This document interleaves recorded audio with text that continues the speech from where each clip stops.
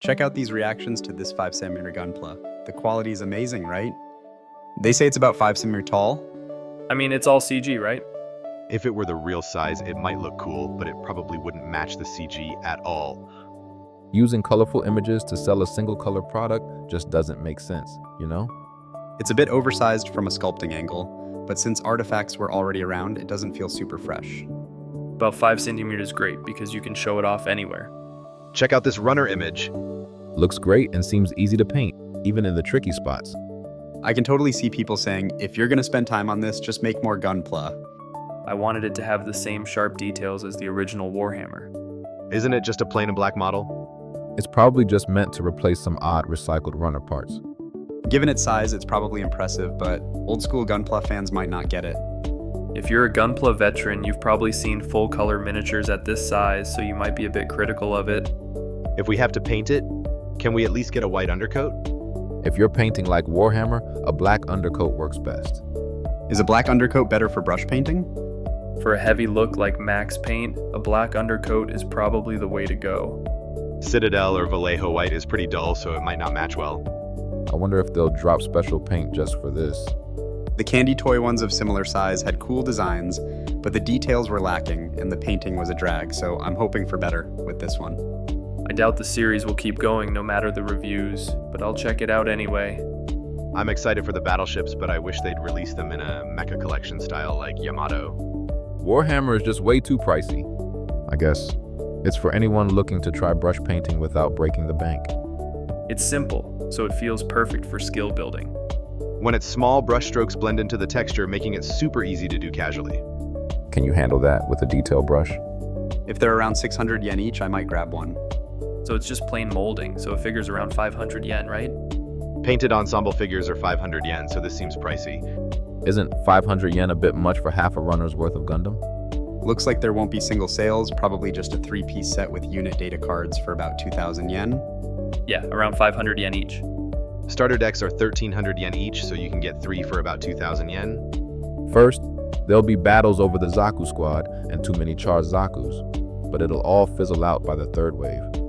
Trying to make cheap overseas tabletop game figures with Gunpla. It's a line that suddenly appeared, and they can't be sure it'll actually sell. There have been a few Gundam figure games, but they never really took off. If they don't drop some dedicated Gundam markers for this, it probably won't catch on. I'm not sure how many they'll drop, but I hope it goes on for a while. Have you ever painted Morinaga chocolate snacks or artifacts? If you can do that, this should be a solid product. Even at 144 scale, painting tiny details like faces makes my hands shake. I don't get how people pull it off. Painting artifacts is way easier than you think once you give it a shot. This new one has way fewer parts, so painting it will probably be tougher than artifacts. Surprisingly, the smaller size of the old Salamis GM and Ball makes even rough brush painting look decent. I wonder if they think nobody will bring in runners to toss out, so they can't launch the product, even if it's just a recycled runner slot. It's hard unless you're really into painting. Someone's definitely going to make one with LEDs, just like that person. Even with fiber optics, 5 centimeters is pretty limiting, you know? There's a celebrity who puts a ton of LEDs in 5.5 cm artifacts. Gunpla's production and cost performance are so great that the only thing that compares is the G-frame outer armor. G-frame covers costs like gluing Monica-style armor, partial painting, and tampo printing in that price. Is it fair to compare this to Gunpla, where users cut runners, paint, and apply their own stickers and decals? Using them as game pieces and changing the default paint to another unit's color would just be super confusing. Whether it's painted or a different unit handled in another way, if you get serious, it'll probably just spark a flame war over make it more detailed. Warhammer used to have silly rules like orc cards moving faster if they were painted red or getting a power boost if they were yellow. Maybe G3 and the base Gundam are just different colors, and if they come out separately, people might repaint them. I'm curious about Warhammer, but it looks tough to get into. For color development and coverage, GGX is great for an undercoat. It dries super fast with rapid thinner and a heat gun. Start with a silver undercoat, then go pure white. That seems like the easiest way to do it. I'm hoping for a great lineup like Make and Gum. I hope it sticks around this time and doesn't fade away with the usual crowd. I'm curious how much painted finished products will cost now. If it's under 2,000 yen, that'd be great. Why not offer both cheap unpainted and pricey painted versions? Some board games do that. Some folks go for those old full-color collections instead. Gunpla and minifigures could fit well size-wise. For casual users, it's like artifacts, but still for those who enjoy painting like Warhammer. If a black base works, then it's cool. Chess pieces are black and white too. So, what's the deal with the price of BB Senshi? Isn't this the Isunboshi move from Plamo Kyoshiro? I want that big light from Doraemon. If they promote it as you can do it with just a brush and acrylics and run a bunch of workshops, it could really become its own thing. Nah, I don't think so. Big, colorful, and movable Gunpla are just way better. Are you really denying Warhammer? It's been mentioned a lot, but it's not super popular in Japan. Holding workshops like this just makes people think it's impossible, so I think it's a bad idea. Warhammer can be pricey, and the quality is hit or miss. Making good ones takes a lot of work. I've read that foreigners think Gunpla is cheap and easy to build cool models.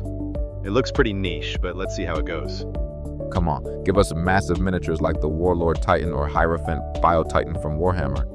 Just like Godalaza. How did Warhammer blow up? Did it get popular right after the announcement?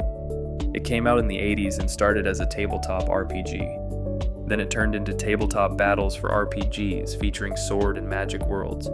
Sci-fi space war genres are getting popular with their unique worldview. Back then, they were metal miniatures, which made them way more appealing than plastic models.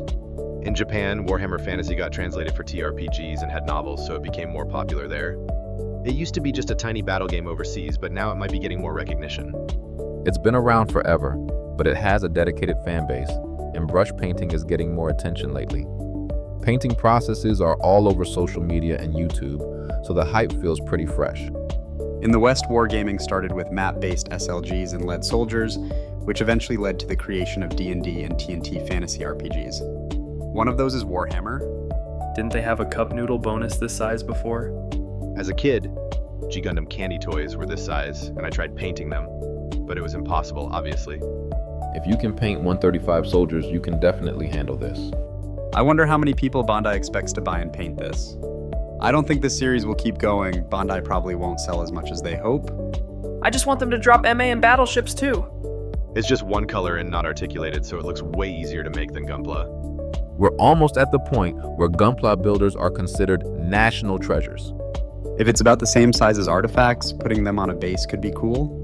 Honestly, 144 is the smallest size to really appreciate the details. The CG and enlarged photos look great, but the actual product is just too small to appreciate the details. I might have liked it as a kid. With products like this, you really notice how much material costs have gone up. This season, the candy toy world is going even smaller than Mini. For Gundam, it's Choco Sup, and for other series, Kamen Rider chocolate snacks. Micro statues are around 60 millimeters or 6 centimeters. It's wild to think you can get a full-color Gunpla this size for just 200 yen now. So, do you really need to play the TCG, or can you just enjoy this on its own? Those pieces are from other board games. The card game just uses them for vibe or tokens. Stop hoarding the popular units and just drop all the original MS in the first wave. First, send out all the Z units, then follow up with the rest from that series. If you don't have a complete set, nobody's going to join in. I don't think anyone's going to follow that. It's just a game piece. You can't collect that many. So by that logic, nobody would follow HG or MG, right? The poses make no sense. They look like random ones from game intro pages. For Gundam, there are iconic poses like shooting while spinning that articulated models just can't pull off. They should really do those. It's for board games, so they make it easy to see which way they're facing. They do stuff like Winter GM and recreate old game packages. Why do some people act like they don't want it to sell? It's a new product, and I want it to get hyped. But can't we too coo about the concerns? Is it cool if there's just hype and no one actually buys it? With Gunpla so hard to find these days, Bandai can't just keep making more. I get why some folks don't want money wasted on boring shows. Is this from Japan? Some products like Suketsu, Heroes, and 30MS are made in China. I think new factories will start production soon. They say they'll be done this month, operating by summer and fully up and running next summer. I bet they'll kick things off slow and then ramp up the production speed. Thanks for watching. If you enjoyed the video, please like and subscribe for more. See you in the next one.